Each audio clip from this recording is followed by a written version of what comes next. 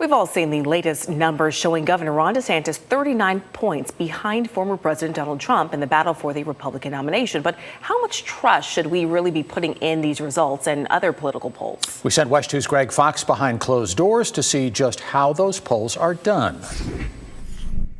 VoterStream, registering the public will in a free election.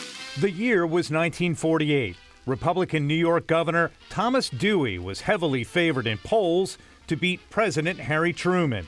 Even newspapers jumped the gun and got it wrong, with Truman having the last laugh. Fast forward to the 2016 matchup. Polls had Hillary Clinton with big leads over Donald Trump.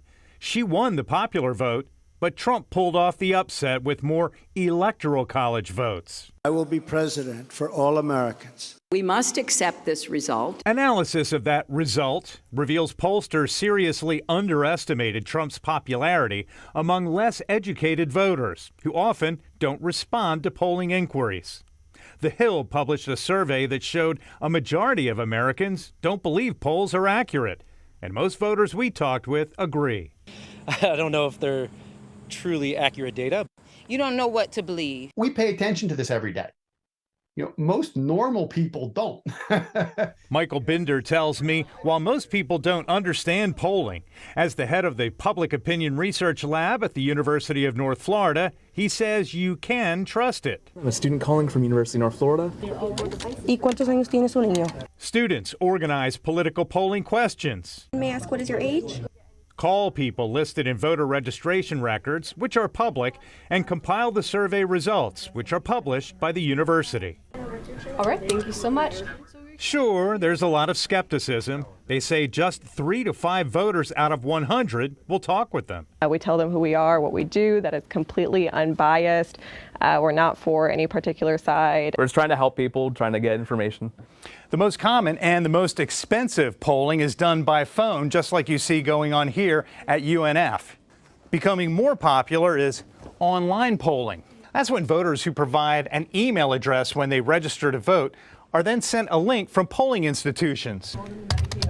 Here's one from UNF asking, what do you think is the most important problem facing Florida today? The UNF polling team admits voters sometimes ask if questions are tailored with a conservative or liberal bias, but the head of this lab insists they play it down the middle.